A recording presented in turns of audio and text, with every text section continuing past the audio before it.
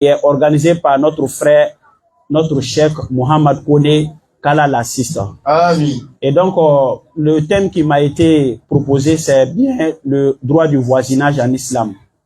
Et donc, sur ce point, l'islam a prescrit d'être bienfaisant envers le voisin, de l'épargner de tout mot, de l'épargner de mauvaises paroles comme de mauvaises actions.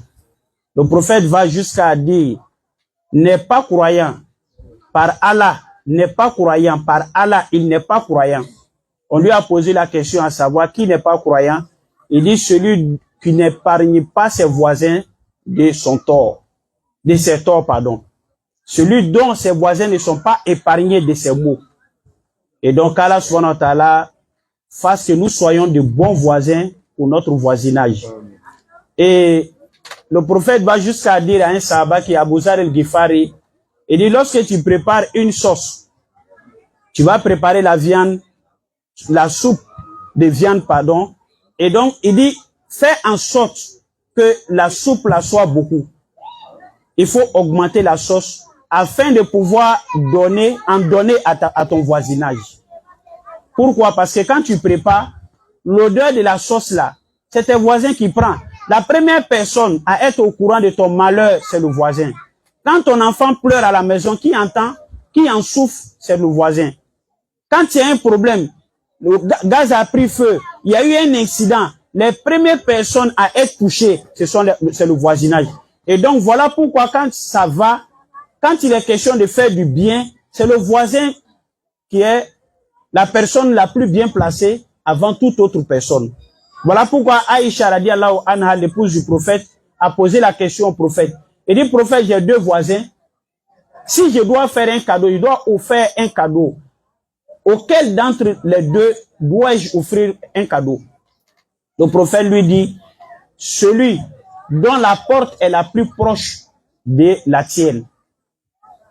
Le voisin qui est plus proche de toi, là, c'est à lui que tu dois faire, comment on appelle, ton cadeau. Et donc, Allah subhanahu wa ta'ala nous facilite cela.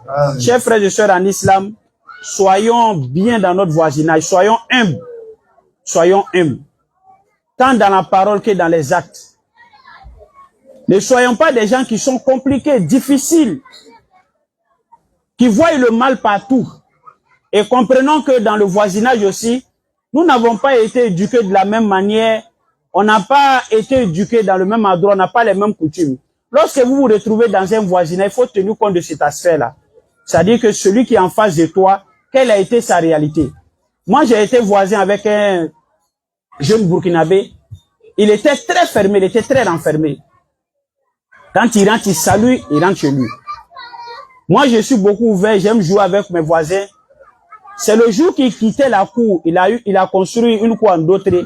Lorsqu'il partait, il est rentré chez moi, il m'a dit, voisin, la manière que je vis là, je sais que c'est pas comme ça que ça doit être. Mais voilà la situation que j'ai traversée, voilà les différentes situations, les différentes difficultés auxquelles j'ai été confronté. C'est ce qui a fait que je suis devenu comme ça. Il dit, ah, moi je comprends. Quand je t'ai vu, j'ai su directement que il y a forcément quelque chose. Et donc le voisin, quand il est malade, allez-y lui rendre visite. Quand vous avez le moyen de l'aider à, comment dirais-je, payer ses ordonnances, faites-le. Ton voisin, tu as pu inscrire ton enfant à l'école. Tu constates que ton voisin a des difficultés pour inscrire ton enfant. Rentre chez lui doucement, voisin, voilà 100 000, il faut prendre, tu vas t'aider avec. Ça ne t'enlève rien. Faites du bien aux gens, faites du bien. Surtout à ton entourage.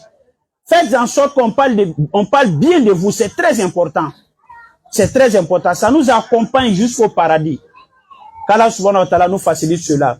Tu as appris que ton voisin est heureux parce qu'il a appris soit une bonne nouvelle. Son enfant a été, comment dirais-je, retenu. Son enfant a eu un travail, son enfant a été admis à son examen. Et cette joie-là, il faut te joindre à lui pour la fêter. Il faut te joindre à ton voisin pour faire cette joie-là. Il y a une dame comme ça, qui est vachement riche. Elle a une voisine d'à côté, qui est très pauvre. Et donc la dame, un jour, elle sort la tête de sa fenêtre et puis elle demande à sa voisine, voisine, puis-je avoir un peu de sel pour mettre dans ma sauce? La voisine s'est empressée à aller prendre le sel dans la cuisine, venir remettre à sa voisine, qui a tout, elle manque de rien. Sa fille lui demande, mais maman, pourquoi tu demandes le sel à la voisine, alors qu'on en a assez à la maison, on a tout, on manque de rien. Pourquoi tu lui demandes le sel? C'est là la dame dit à sa voisine, courant.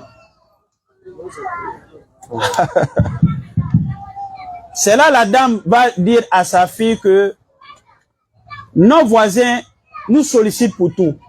Chaque fois quand ils ont des besoins, ils nous sollicitent pour tous leurs besoins. Et donc, parfois c'est gênant. Chaque fois tu viens dire à quelqu'un, donne-moi ci, rends-moi tel service, en tant la personne en retour ne te demande pas de service. Ça gêne.